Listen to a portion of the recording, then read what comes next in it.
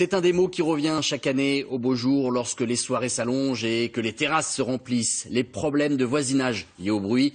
Une enquête montre que la consommation excessive d'alcool augmente de manière significative ces tensions entre riverains. Dan Schlinger avec Abdel Zouyesh et Lou Cricorian sont allés dans le quartier du Canal Saint-Martin à Paris, au lieu festif de la capitale à cette période de l'année. Le Canal Saint-Martin à midi, ses touristes, sa quiétude, la carte postale idyllique. Oui, mais venu le soir, c'est une autre histoire. Des dizaines de jeunes s'y retrouvent. Des fêtards, souvent trop alcoolisés, au pied des habitations. Bertrand Lucas vit juste au-dessus. Et quand il ouvre la fenêtre, voilà son quotidien.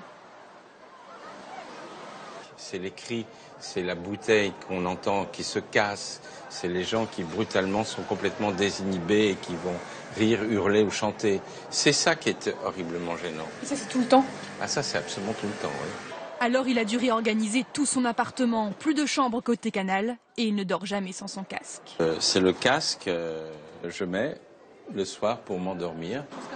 Officiellement, il est pourtant interdit de boire ici le soir après 21h. Mais les fêtards ne se privent pas.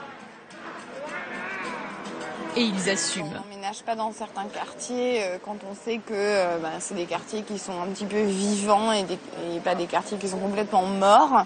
Tout le monde le fait, je pense, donc enfin pas tout le monde, mais ouais, voilà, il y a toujours des musiciens même parfois et tout qui jouent. Donc,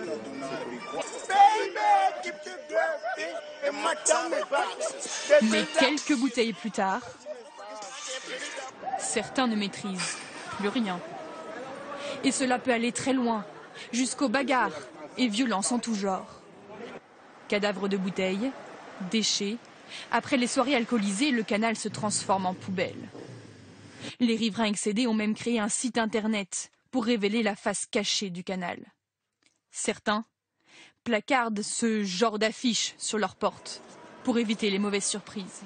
À la tête du collectif des riverains, Bertrand Lucas arpente désabusé les quais. On a mis des sacs poubelles, on a fait des belles affiches. Mais ça, ceux qui boivent et qui se saoulent la nuit, mais ils n'en ont rien à cirer de ça. Rien. Pourtant, en début de soirée, des médiateurs de la mairie parcouraient le canal pour faire de la prévention. Messieurs, dames, j'ai distribué des petits sacs pour que vous puissiez jeter vos déchets. Mais seulement jusqu'à 21h. Un conseil de la nuit a été créé fin 2014 par la mairie de Paris. Des mesures anti-nuisances devraient être annoncées d'ici la fin de l'année.